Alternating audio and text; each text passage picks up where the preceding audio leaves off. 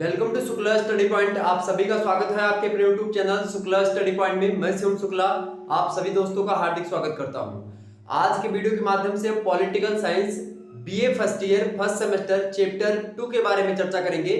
इससे पहले चैप्टर 1 के बारे में हमने समझा था विस्तार से।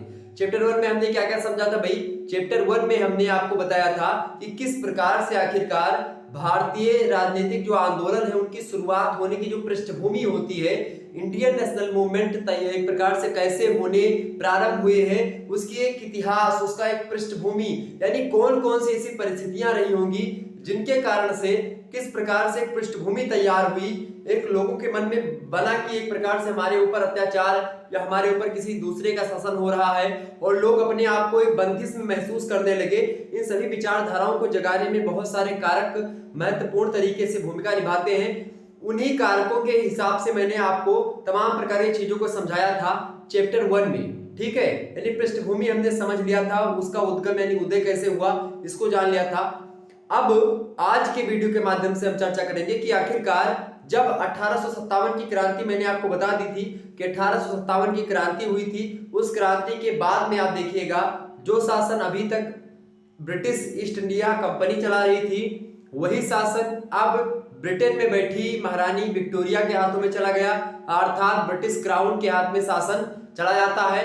अब प्रत्यक्ष रूप से जो शासन, मतलब अभी तक जो शासन अप्रत्यक्ष रूप से ब्रिटिश ईस्ट इंडिया कंपनी कर रही थी भारत पर, अब वह शासन ब्रिटिश ईस्ट इंडिया कंपनी के हाथों से छीन करके महारानी विक्टोरिया प्रत्यक्ष तौर पर अपने हाथों में ले लेती है और अब भारत का शासन उनकी हाथों में एक प्रकार से कहीं ना कहीं पे चला जाता है। तो उन्हीं पहलुओं को चर्चा करनी है और उसके बाद में, उसके ठीक एक साल के बाद में आप देखिएगा सन 1858 ईस्वी का समय आता है।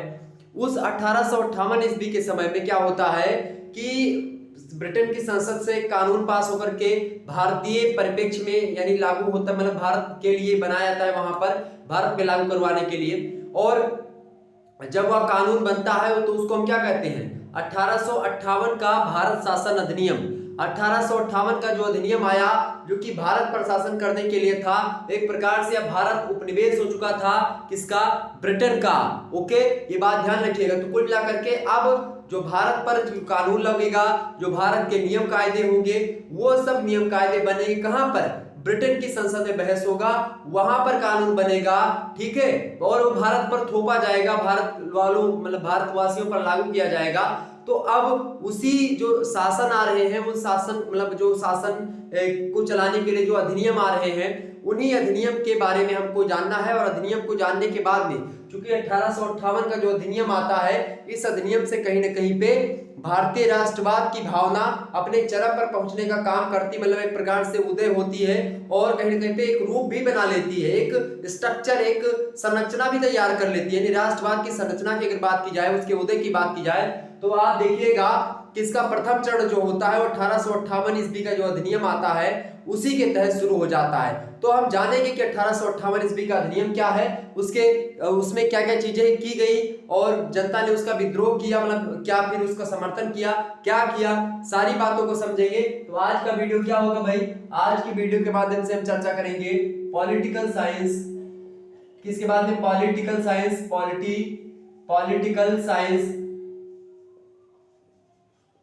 पॉलिटिकल साइंस के बारे में चर्चा करेंगे। पॉलिटिकल साइंस ये किस सब्जेक्ट के लिए, मतलब कि किस ईयर के लिए होगा? तो BA first year first semester, BA first year, ठीक है, फर्स्ट ईयर, और आपका लगा दे रहा हूं मैं यहीं पर फर्स्ट सेमेस्टर, ठीक, फर्स्ट सेमेस्टर, ओके। ये रहेगा आपका 2023 की यानी 22-23 की परीक्षाओं के लिए, और आगे जितनी भी परीक्षाएं आएंगी सभी के लिए महत्वपूर्ण रहेगा, ओके, ये बात ध्यान रखिएगा। तो कुल मिलाकर के आपको विस्तार से चर्चा करेंगे। और चैप्टर 1 हो गया है, ये चैप्टर 2 के बारे में चर्चा करेंगे। किसके बारे में? चैप्टर 2 के बारे में, जिसके अंतर्गत हम क्या समझेंगे भाई? ये मैं अपने हिसाब से कैटेगराइजेशन करके समझा रहा हूं, क्योंकि एग्जाम में जो प्रश्न पूछे जाते हैं उसी के आधार पर मैंने चैप्टर को सेट किया है और उसके हिसाब से पढ़ाने का प्रयास रहेगा। तो यहाँ पर आज के वीडियो के माध्यम से हम क्या समझेंगे?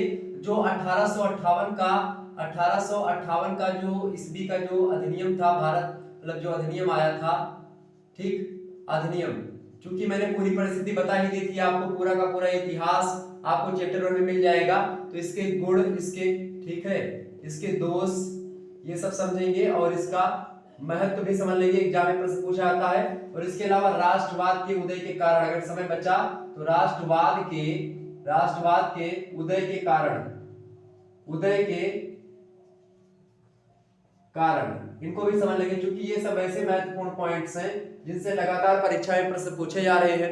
तो इसके बारे में चर्चा करते हैं। तो आइए थोड़ा सा हम जान लेते हैं कि आखिरकार 1858 ईस्वी का जो अधिनियम आया था भारत पर लागू करने के लिए, उसमें क्या क्या बातें कही गई थी और उसके जो है क्या क्या दोष थे और क्या क्या मतलब कि गुण थे, उसके बारे में समझ लेते हैं। ओके, चलिए फिर जान लेते हैं।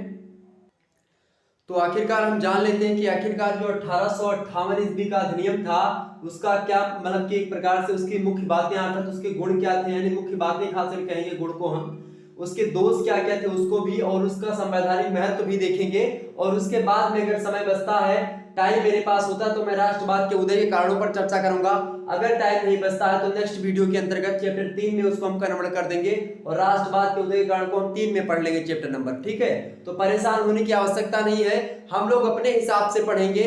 ऐसा नहीं कि जो आपके बुक में दिया है या सिलेबस के अकॉर्डिंग, सिलेबस आपका वही होगा, लेकिन हमारे पढ़ाने का उद्देश्य रहेगा कि आपकी परीक्षा में जो जो टाइप के प्रश्न पूछे जाते हैं उस पर आपकी चर्चा अगर करी जाएगी तो ज्यादा बेटर तरीके से आपको समझ जाएगा।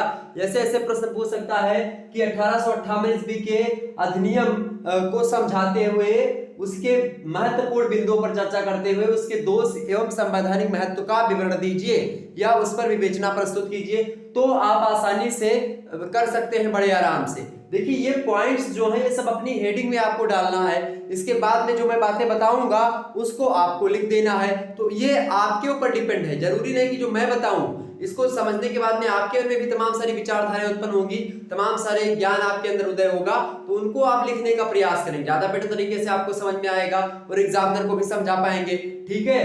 देखिए 1858 का जो अधिनियम आया 1857 की क्रांति के बाद में, कहा जाता है एक नए युग का सूत्रपात होता है। किसी विद्वान ने इसको एक नए युग की एक प्रकार से आरंभ बताया और एक प्रकार से आक्रमणकारी दमनकारी जो नीतियां बनाने वाले जो एक प्रकार से शासन था उसका दमन हुआ, ठीक है। अर्थात लॉर्ड डलहौजी की जो नीति वो पहले बनाया करता था, खास करके जो साम्राज्य विस्तार की नीति बनाया था, हड़प की नीति थी डलहौजी की, वो सब समाप्त हो जाती है और कहा जाता है कुशासन का अंत होता है और सुशासन का प्रारंभ ब्रिटिश ईस्ट इंडिया कंपनी के आ जाने से प्रारंभ, मतलब कि ब्रिटिश ईस्ट इंडिया कंपनी के जाने से, यानी कि जो ब्रिटिश क्राउन है उसके आने से सुशासन की व्यवस्था आ जाती है, ठीक। तो देखिए सबसे पहली बात, ये जो 1858 का अधिनियम आया, कब आया?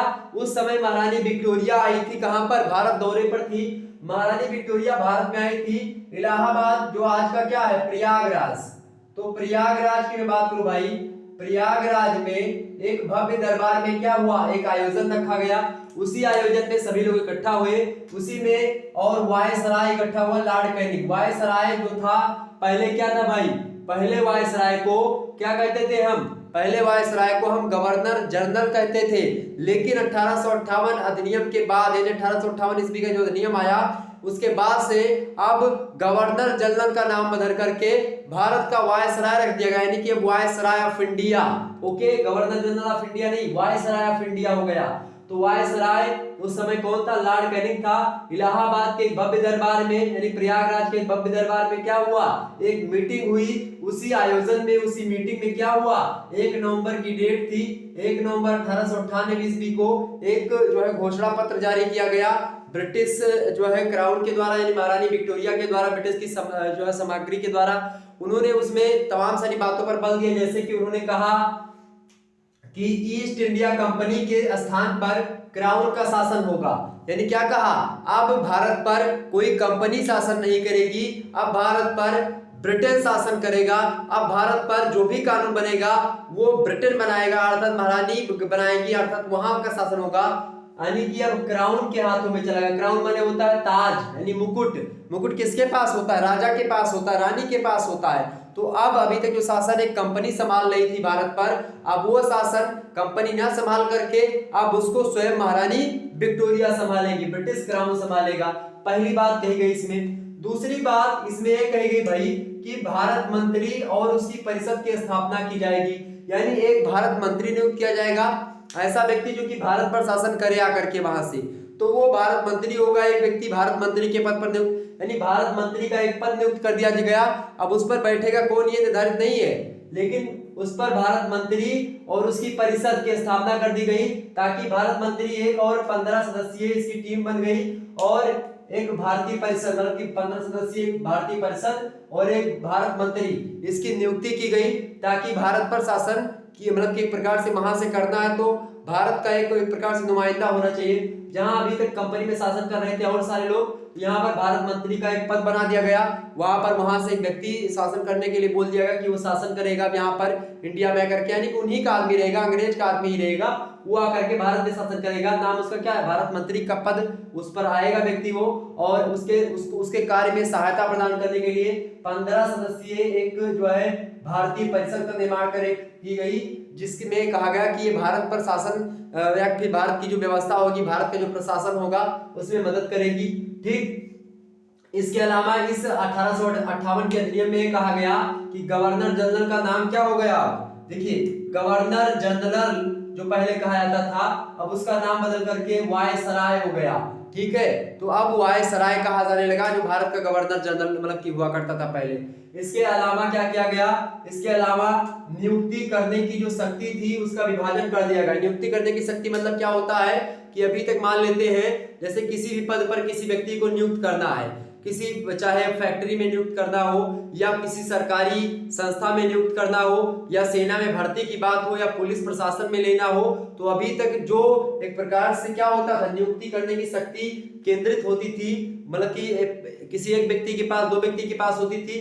अब वह शक्ति क्या कर दी गई, बांट दी गई, ताकि क्या ना हो, भ्रष्टाचार न फैले। क्या किया गया कि नियुक्ति करने की शक्ति का विभाजन कर दिया गया। अब इसको मतलब कि नियुक्ति कौन कौन कर सकता था, या तो सम्राट कर सकता था नियुक्ति, या फिर भारतीय परिषद करती थी। सम्राट कौन, जो वहां पर ब्रिटेन में बैठा है। भारतीय परिषद जो 15 सदस्यीय बनी थी, ये क्या करेगी, किस किस व्यक्ति को कौन से पद पर रहना है उसको डिनोट करेगी। इसके अलावा भारत मंत्री जो बनेगा, भारत मंत्री जो होगा वो भी नियुक्ति कर सकता है, सम्राट भी नियुक्ति कर सकता है, भारतीय मंत्री भी, और मतलब कि भारतीय परिषद की कोई भी व्यक्ति, मतलब भारतीय मतलब की जो भारतीय परिषद होगी 15 सदस्य की, वो लोग बहुमत होकर के जिसको चाहेंगे उसको उस पद पर बैठा सकते हैं, ये बात की गई। इसके अलावा भारत स्थित जो उच्च अधिकारी हुआ करते थे वो लोग भी जो है नियुक्ति के संबंधित अधिकार पा चुके थे। अर्थात जो नियुक्ति करने का अधिकार था अब किसी एक या दो व्यक्तियों के हाथ में ना रह करके अब सभी व्यक्तियों के हाथों में चला गया। अर्थात जो उच्च अधिकारी थे उनके हाथों में चला जाता है। अब इससे क्या होगा कि किसी एक व्यक्ति के ऊपर डिपेंड नहीं कि हाँ फलाने को ये बना दो, फलाने को बना दो। अब क्या था कि चाहे जिस भी व्यक्ति को बनना तो एक प्रोसेस के तहत जब तक सभी लोग राजी होंगे, ठीक है। और इनमें जब 15 सदस्यीय जो भारतीय परिषद है, लेकिन ये मुख्य रूप से कार्य नहीं कर सकती, आगे चलकर ये कार्य नहीं कर पाई, अभी हम चर्चा करेंगे इसके दोष में, ठीक। यानी कि अब नियुक्ति करने की जो शक्ति थी वो एक हाथ में नहीं रही, अब उसको तमाम हाथों में बांट दिया गया, ठीक। इसके अलावा क्या किया गया इसमें, इसके अलावा प्रथम स्वतंत्रता संग्राम जो 1857 ईस्वी की जो क्रांति हुई थी, जो प्रथम स्वतंत्रता संग्राम हुआ था, उसमें शामिल सभी भारतीयों को क्षमादान दे दिया गया। क्या कर दिया गया, क्षमादान दे दिया गया। मतलब कि ऐसे व्यक्ति जिन्होंने क्रांति में भाग लिया था, 1857 की क्रांति में भाग लिया था और उसमें कुछ गलत काम किया था, जिसकी वजह से मतलब गलत काम क्या, अपने लिए सही काम लेकिन उन लोगों के लिए गलत काम, यानी कि जो इंग्लैंड की जो कंपनी थी शासन कर रही थी, रिपोर्ट लिखा करके बंद कर दिया था थाने में उन लोगों को, यानी कि मतलब कि जेल हो गई थी या फिर किसी किन्हीं कारणों के बाद बंदी बना लिया गया था। तो अब क्या किया गया, महारानी विक्टोरिया ने कहा कि जितने भी व्यक्तियों को भारतीय मतलब कि स्वतंत्रता संग्राम यानी प्रथम स्वतंत्रता संग्राम 1857 की क्रांति के तहत जिसको बंद किया गया है, यानी कुछ छोटे मोटे अपराध के तौर पर बंद किया गया है, तो उनको छोड़ दिया जाएगा। बड़े गंभीर आरोप अगर जिस पर लगेंगे, मतलब कि बहुत ज्यादा डीप लेवल का अगर आपने क्राइम किया है तो आप बंदी रहेंगे, अन्यथा छोड़ने का आदेश महारानी विक्टोरिया ने दे दिया। यानी प्रथम स्वतंत्रता संग्राम में शामिल सभी भारतीयों को क्षमादान दे दिया गया, मात्र उन व्यक्तियों को छोड़ करके जिनके ऊपर गंभीर आरोप थे, ठीक है, तो उनको अभी बंदी रखा गया, ये बात। इसके अलावा क्या किया गया, 1 नवंबर की डेट को द्वैध शासन की समाप्ति कर दी गई। द्वैध शासन एक प्रकार से दो प्रकार के शासन चलते थे। द्वैध शासन जो होता है इसको मैं किसी दिन समझा दूंगा आपको। द्वैध शासन 1784 ईस्वी में पिट्स इंडिया एक्ट आया था, उसी पिट्स इंडिया एक्ट में द्वैध शासन की बात कही गई थी। ठीक है, द्वैध शासन यानी दो द्वैध, ठीक है, द्वैध शासन इन दो हाथों में शासन चला गया, उसके बारे में चर्चा करें। राज्यों के में और केंद्रों में एक प्रकार से उसके सामंजस्य को बैठाने के लिए शासन का एक प्रकार से नियमावली, तो यह 1784 में ब्रिटिश इंडिया एक्ट आया था, उसमें बात कही गई थी, द्वैध शासन आया था, इसको समाप्त कर दिया गया। क्या कर दिया गया? इसको समाप्त कर दिया गया भाई, द्वैध शासन की समाप्ति हो गई यानी 1 नवंबर की डेट को। इस प्रकार से 1858 ईस्वी का जो अधिनियम आया था उसमें सारी बातें कही गई। चूंकि हम पॉलिटिकल साइंस पढ़ रहे हैं इसीलिए हमने अधिनियम पर विशेष फोकस किया, चूंकि आगे चल करके आपको इंडियन कॉन्स्टिट्यूशन पढ़ना है, उसमें इंडियन कॉन्स्टिट्यूशन में आपको इन तमाम प्रकार के मुद्दों पर आपको थोड़ा बहुत तो देखना ही पड़ेगा, किस प्रकार से एक नियम बनता है, किस प्रकार से भंग होता है, इन तमाम प्रकार की जानकारी शुरू में इसीलिए बता दी जाती है ताकि आपको पॉलिटिकल साइंस पढ़ने में या पॉलिटिकल साइंस पढ़ते समय कोई दिक्कत ना हो। ठीक, ये चीज आपकी क्लियर हो गई। इसके अलावा इसके कुछ दोष भी हैं। कौन से दोष है भाई? यानी कि देखिएगा, इसके भारत शासन अधिनियम है जो 1858 का अधिनियम है, इसके जो है कुछ दोष भी हैं, उन दोष को समझ लेते हैं।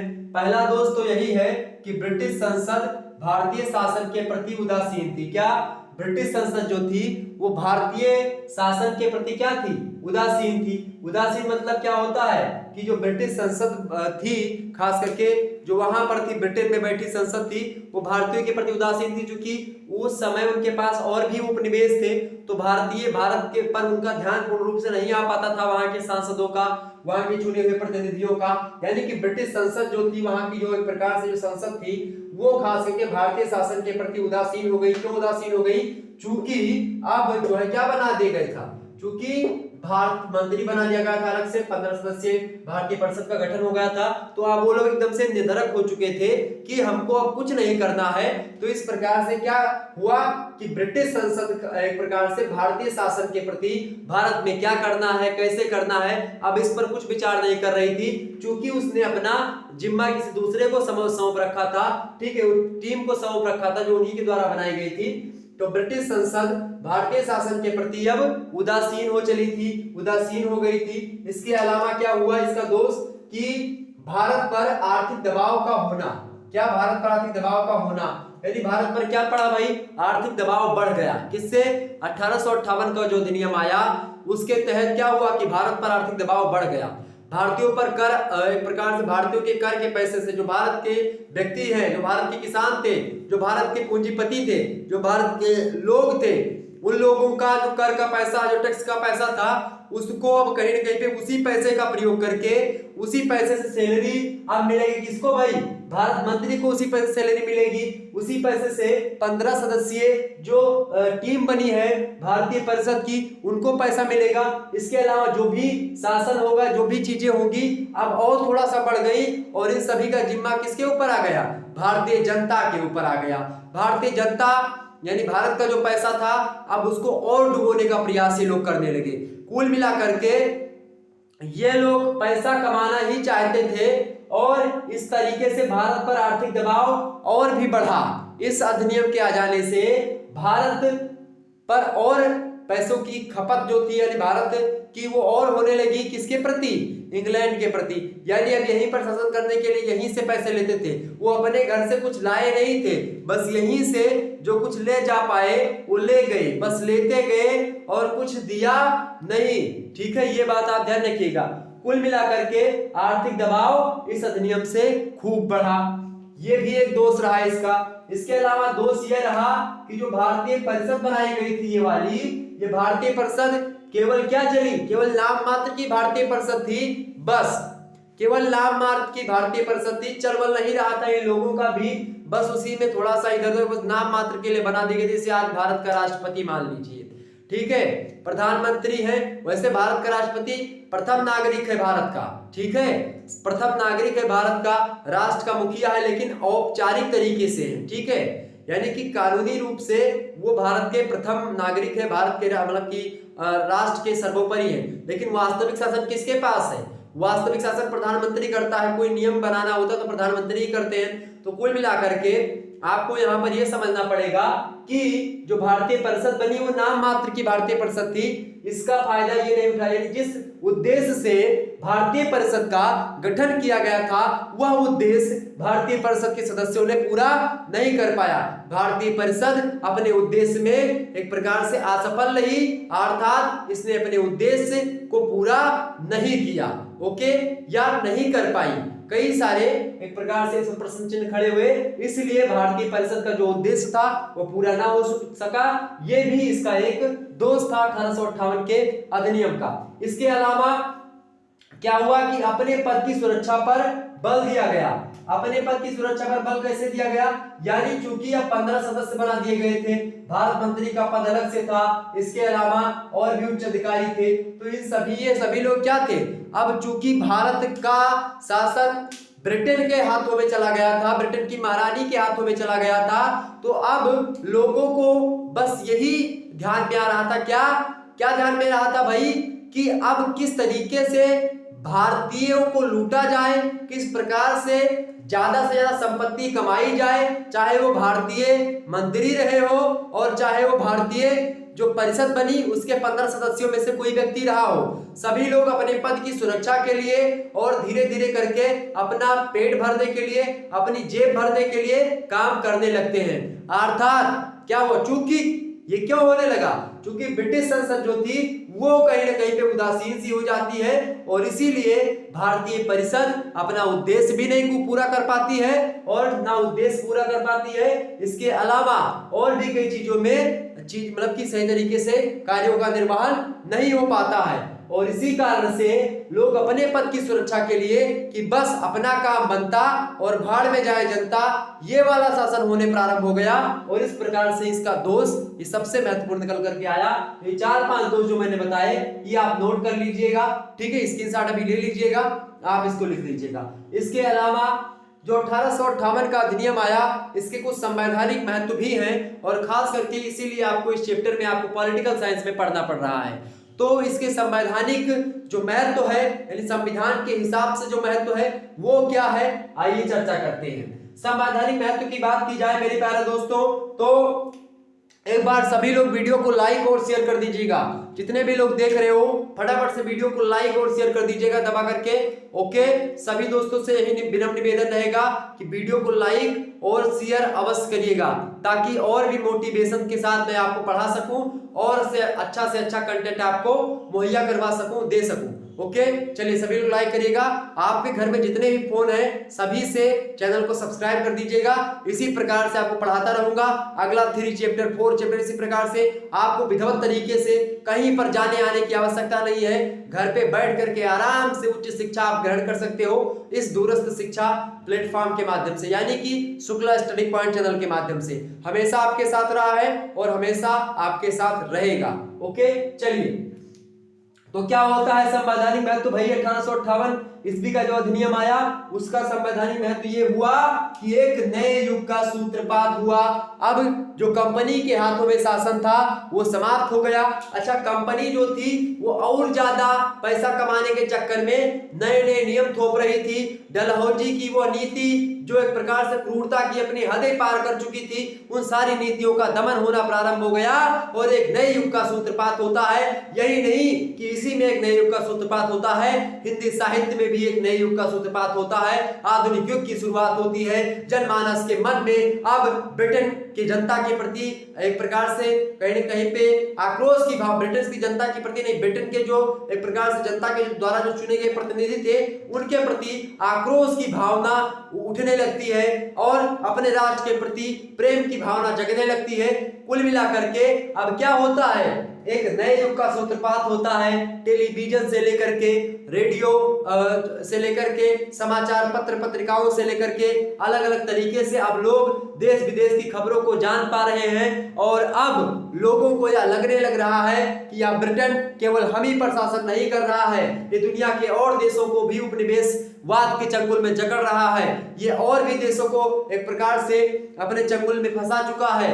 ये भारत कोई अकेला देश नहीं है, ये हमको सिखाने के लिए, हमको हिंदी पढ़ाने के लिए या हमको आगे बढ़ाने के लिए नहीं आए हम प्रशासन करने के लिए, हमको चूसने के लिए आए हैं, हमको निचोड़ने के लिए आए हैं। इस प्रकार से भारतीय जनमानस के मन में एक प्रकार से उनका मन भी परिवर्तन होना प्रारंभ हो गया और यहाँ पर नए युग का सूत्रपात हुआ। एक विद्वान है वो कहते हैं कि यहीं से एक युग का शुरुआत हुआ और एक महान युग की मतलब कि एक युग का एक जो है एक प्रकार से अंधकार जो युग था उसका समापन होता है और एक नए युग का सूत्रपात होता है जो कि महानतम था। ये ध्यान रखिएगा। संवैधानिक महत्व यह था कि इसमें थोड़ा बहुत जो हड़प की नीति या फिर तमाम प्रकार की लाल डलहौजी की नीतियां हो या और व्यक्तियों की नीतियां हो जिस कारण से भारत बस केवल जो है लूटने घसोटने का काम हो रहा था कंपनी के द्वारा, अब उस पर थोड़ा सा प्रतिबंध, थोड़ा सा रत्ती मात्र का प्रतिबंध जरूर लगा। इसके बाद में क्या हुआ भाई, कुल मिलाकर के बात एक लूटे मतलब जितना चाहे उतना लूट लेंगे, कुछ छोड़े नहीं। ठीक है, आगे समझते हैं। तो नए युग का सूत्रपात हुआ। भारत में क्या हुआ, सुशासन का आरंभ हुआ। जो अभी तक कंपनी कुशासन कर रही थी, कुशासन मतलब होता है जैसा मन करे वैसे करता रहा। ठीक है, सुशासन का मतलब यहाँ पर क्या है, यहाँ पर अलग नहीं, सुशासन दूसरा बहुत अच्छा, सु माने सुंदर, शासन माने शासन, सुंदर शासन। लेकिन क्या अगर ब्रिटिश क्राउन अगर अच्छा शासन करती, सुशासन करती, तो बताओ तमाम सारे आंदोलन करने की आवश्यकता किसी को पड़ती, तमाम प्रकार की जो नीतियां बनाई गई क्या वो नीतियां बनती, या भारत देश को आजाद करवाने के लिए बहुत सारे लोग मर मिटे, क्या वो फांसी झूलते, क्या वो मर मिटते? अगर ब्रिटिश ईस्ट इंडिया कंपनी का शासन एक प्रकार से मतलब कि गलत था और आपका शासन ब्रिटिश क्राउन का शासन सही था, तो मेरे हिसाब से आंदोलन नहीं होने चाहिए थे, फिर आपको ही भारत पर शासन करना चाहिए था। लेकिन ऐसा नहीं हुआ, बस केवल दिखावा ही था। सुशासन का आरंभ जरूर हुआ, रत्ती मात्र का सुशासन का आरंभ हुआ, यानी ऐसा सुशासन का आरंभ हुआ कि भैया कहते नहीं कि जहां पर एक प्रकार अंधा मकाना राजा, कहा नहीं जाता कि अंधा मकाना राजा, ठीक, तो उसी प्रकार से यानी कि जब कुछ नहीं भागे भूत लंगोटिए भला, तो इस प्रकार से यही चीज है। भारत में सुशासन का आरंभ हुआ यानी कुछ मात्रा में उससे अच्छा शासन कंपनी से ये रहा, ये मान सकते हो। इसके अलावा इसका संवैधानिक महत्व ये हुआ कि भारत में सचिव पद का उदय हो गया। अब भारत में एक पद नया बना, क्या, उस पद को हम सचिव पद के नाम से जान सकते हैं। यानी भारत में अब एक नए पद का गठन हुआ, सचिव पद का गठन हो गया, ये भी इसका एक संवैधानिक महत्व है। इसके अलावा भारत परिषद की स्थापना हुई। किसकी स्थापना हुई बाबू? भारत परिषद की स्थापना हुई। भारत परिषद ये 15 सदस्यीय टीम जो बनी, ये भारत परिषद की स्थापना। भारत में सचिव पद यानी कि प्रधानमंत्री जो भारत मंत्री रहेगा, सचिव पद वही एक प्रकार से समकालीन, तो वो हुआ। इसके अलावा भारतीय रियासतों के प्रति नई नीति बनाई गई। जो भारत में तमाम प्रकार की छोटी बड़ी रियासतें थी, 15 मतलब कि 565 से 66 रियासतें, उनके प्रति नई नई नीतियां सरकार के द्वारा, ब्रिटेन के सरकार के द्वारा बनाई जाने लगी। तो इस प्रकार से यहां पर आपको ये सारी चीजें समझ में आ गई होगी। ओके, दिखाई पड़ रहा है बोर्ड पर सारी चीजें। देखिए मैंने अपने चेहरे पर फोकस इसीलिए नहीं किया था कि बोर्ड पर आपको दिखाई पड़े। अगर चेहरे पर ज्यादा फोकस करूंगा, चेहरा थोड़ा सा सफेद मतलब कि अच्छा जरूर दिखेगा, अभी थोड़ा सा भद्दा दिख रहा है, बहुत एकदम से बेकार दिख रहा है, लेकिन तब बोर्ड आपको बेकार दिखेगा जब मेरा चेहरा अच्छा थोड़ा सा दिखेगा, मतलब चमकेगा, ठीक, तो ये थोड़ा सा मतलब अच्छा नहीं दिखेगा। तो इसीलिए मेरा मंतव्य ये होता है कि ये रहे, यानी कि जिस प्रकार से हम रहे या ना रहे, हमारा देश रहना चाहिए, तिरंगा हमेशा लहराना चाहिए, उसी प्रकार से हमारी सोच है कि हम अच्छे दिखे या नहीं दिखे, लेकिन मेरा जो कंटेंट है, बोर्ड है, वो अच्छा दिखना चाहिए। ठीक, ये बात ध्यान रखिएगा। तो इस प्रकार से क्या होता है, एक तरीके से 1858 का अधिनियम एक नया उद्बोध होता है, नया एक प्रकार से क्रांति, नई संचार भारतीय जनमानस के मन में पैदा करता है और भारतीय जनमानस के मन में एक नए प्रकार की, और इस शासन को लेकर के भी, और इसके अलावा इसमें जो भारतीय परिषद थी, इसमें भारतीयों के प्रति भी दो अक्खी की गई, यानी कि दो अक्खी मतलब समझ रहे, दो आंख से देखना जिसको कहते हैं, दो अक्खी। दो अक्खी मतलब कि इंग्लैंड वालों के लिए अलग तरीके से, मतलब कि उनको थोड़ा सा माल मटेरियल मिल रहा था, भारतीयों के लिए कम, ठीक, ये चीज। तो इस प्रकार से अब राष्ट्रवाद के उदय के कई सारे कारण होंगे, उनके बारे में भी हम समझने का प्रयास करेंगे। अगर आप कहें तो अभी मैं चर्चा कर लूं, ठीक है, चलिए मैं चर्चा ही कर लेता हूं कि आखिरकार भारत में राष्ट्रवाद के उदय के कौन कौन से कारण थे, विस्तार से हम उसको समझ लेते थोड़ा सा, ताकि जो है आप अच्छे तरीके से हर एक चीज को समझ जाएं। भारत में राष्ट्रवाद के उदय के कारण, ओके, चर्चा कर ले भाई। चलिए फिर जान लेते हैं,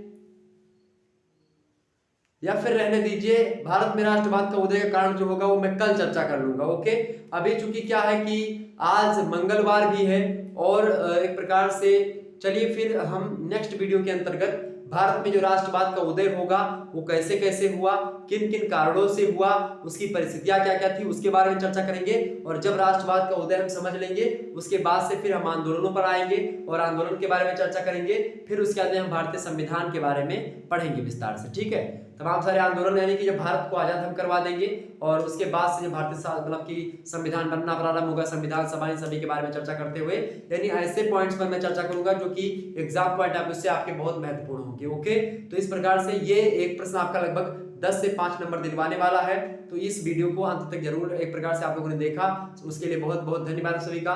ओके, चलिए फिर हम मिलते हैं इसके नेक्स्ट वीडियो में, यानी कि भारत में राष्ट्रवाद के उदय के कारण। एग्जाम में हर बार प्रश्न यही पूछा जाता है, एक प्रश्न हमेशा पूछा जाता है, तो इस प्रश्न को समझने के लिए आप चैप्टर नंबर 3, मैं उस पर चैप्टर 3 डाल दूंगा ऑलरेडी। ठीक, तो चैप्टर 2 ये हो गया, चैप्टर 3 वो हो जाएगा। उसके बाद में मैं मतलब अपने हिसाब से एक अध्ययन की सुविधा के हिसाब से मैं कैटेगराइज करूंगा, तो आपको परेशान होने की आवश्यकता नहीं है। बस अध्ययन की सुविधा के हिसाब से मैं कैटेगराइज स्वयं कर दूंगा कि हमको क्या क्या कब कब पढ़ना है। ठीक है, जैसे आज की क्लास यहीं पर समाप्त हो गया, अब आगे की क्लास जो होगी यहीं से मैं प्रारंभ कर दूंगा। ठीक, फिर अगली वीडियो जो होगी जहां पर खत्म करेंगे फिर वहीं से प्रारंभ कर देंगे हम। तो इस प्रकार से हम चर्चा करते रहेंगे। ठीक है, कैसा लगा वीडियो ये कमेंट सेक्शन में बताइएगा, और आपको और किस सब्जेक्ट पर चाहिए इसको भी बताने का प्रयास करिएगा। ठीक है, चलिए धन्यवाद, मिलते हैं next. Good night, I love you.